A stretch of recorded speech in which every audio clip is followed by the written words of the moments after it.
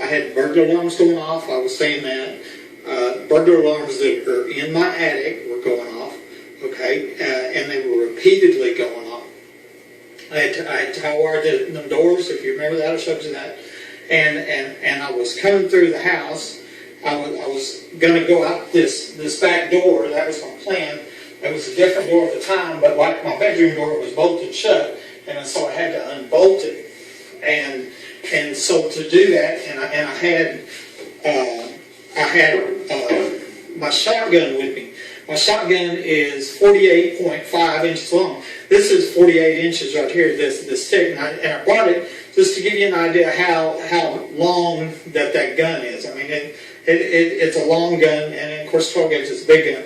And I had that, and I was concerned. I had a home invasion going on by myself, and so I come in here and I set this gun down, or this gun, because I had to open this door either on the washer dryer or behind me, and before I can even get to the door, okay, I'm right here. I fall to the ground, boom, okay. I didn't even know what happened. I get right back up and I fall right back down. My foot is literally just flopping on my leg at the time. And I look down and I see the blood and you know, oh, wow, what happened here? I mean, I really didn't know what happened. I was literally ambushed. At that time, I didn't know that I was shot from under this cabinet. And that's what I'm telling everybody, because that's what the evidence tells me, and I'm going to get to how I figured that out. But at the time, all I knew is I got shot, okay? What had happened earlier in this day is my cell phone disappeared, okay, and I couldn't find it anywhere. And so I had the cordless phone in my shirt pocket. I had a pullover with a shirt pocket right here. And so I go and call 911 to get help, and the phone's dead. And I really believe that they disconnected my phone lines. They tried to kill me in my house. I mean, that's what I believe. They tried to kill me in my house. I then screamed as loud as I could, "Help!" And it was total silence. So at that point is when I crawled out of this room right here and through my house, and I went back to my bedroom, and then I went through the bedroom. I believe what I did was try to get the phone to work over there, and then finally decided that I needed to get help. And that's when I crawled out the front door, and you've seen a picture of that. And so anyway, that's really what got me. You know, what happened here is I didn't know what happened. I pulled myself in my truck. Actually, when I got outside, I screamed help a second time, and it was silence, you know. And I mean, everybody in 2 blocks could hear this. And I pull myself in my truck, and I drive to the 7-Eleven on the corner of Wadley and Midland, and I pull up to a car next to me, and I'm honking my horn, roll down my window, and I'm telling them to call 911 that I've been shot. And next thing you know, a female Hispanic police officer, MPD detective shows up, climbs into the front seat of my truck.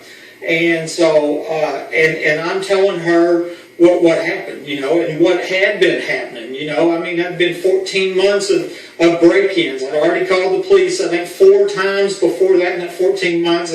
I called the Texas Rangers, I called the FBI, told my friends, told my family. I collected all the evidence, and now I'm shot, and this is what I was telling her is happening. So then the ambulance gets called, and I get taken to the hospital, and I'm at the ER.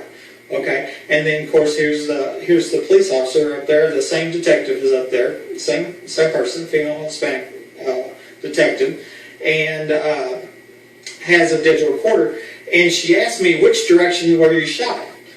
Well, I didn't know the answer to that at the time. I really didn't. But I'm trying to put it back together. I was walking to the back door and I fell to the ground. And boom! I fell to the ground. The only thing I could figure is that somehow I missed these burglars who were breaking my house. They knocked my gun over and shot me in the back of my foot. Okay, and so I mean, really that's my guess. And so you know, I mean, I just had no idea. she's sitting there with a digital recorder, right?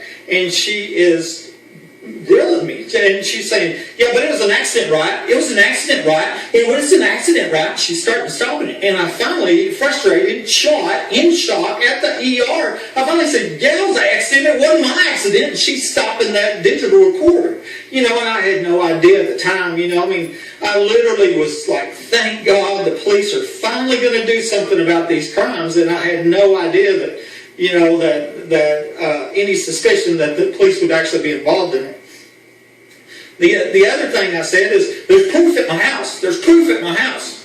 And the proof was a digital recorder that I had, that I was recording, and I was talking into that night, and it recorded these burglar alarms going off. We recorded a home invasion. Of course, that makes it a capital offense. It's not just a murder attempt, it's a capital murder attempt because it was done during the commission of a felony. The felony was a home invasion because I had people breaking into my house setting off burglar alarms. And I had the proof at my house, right? That proof is stolen. It's gone. It's been gone. I haven't never seen it now, but it's documented because the nurse was at the ER that night writing it down, and what I was saying, that there's proof at my house, and that proof is stolen. But what I have in its place is pictures of these people dressed like police, right, and sneaking in my house with bags and stealing evidence, right? And of course the police report says no police were here, no police were dispatched here. Send the mayor, asked him, nothing back. Send the city council, no. Can you identify these? No, didn't get nothing back from them. And so that's really where we're stuck. But that evidence was stolen from the hospital, and there's the proof that I told them that. So, anyways, I'm at the hospital for 7-8 days, and then I finally get released to come back home.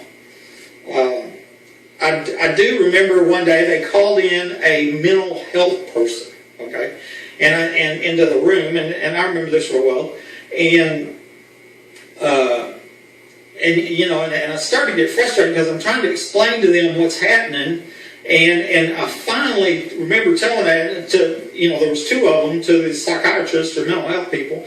And I told them, I said, somebody needs to go to my house and look first. Before anything else is done, somebody needs to come here and look. And nobody has done that since. I mean, since I remember telling that person that.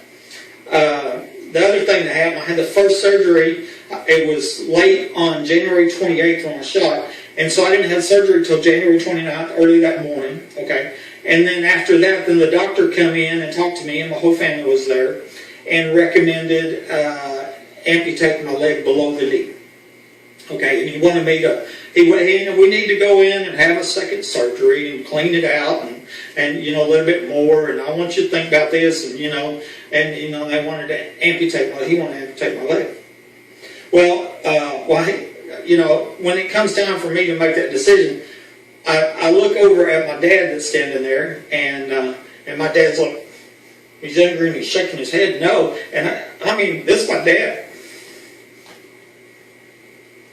I know him. He knows something.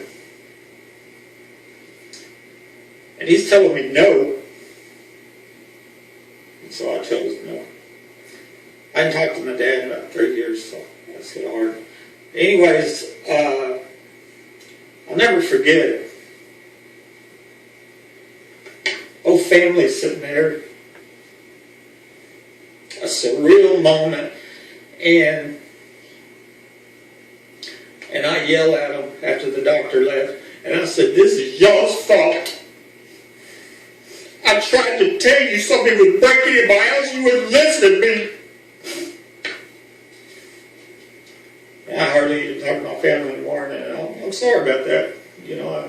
That I even said that. I know they didn't plan on somebody trying to kill me in my home, and they sure didn't plan on somebody trying to cut my leg off, but anyway, there's things happened at the hospital.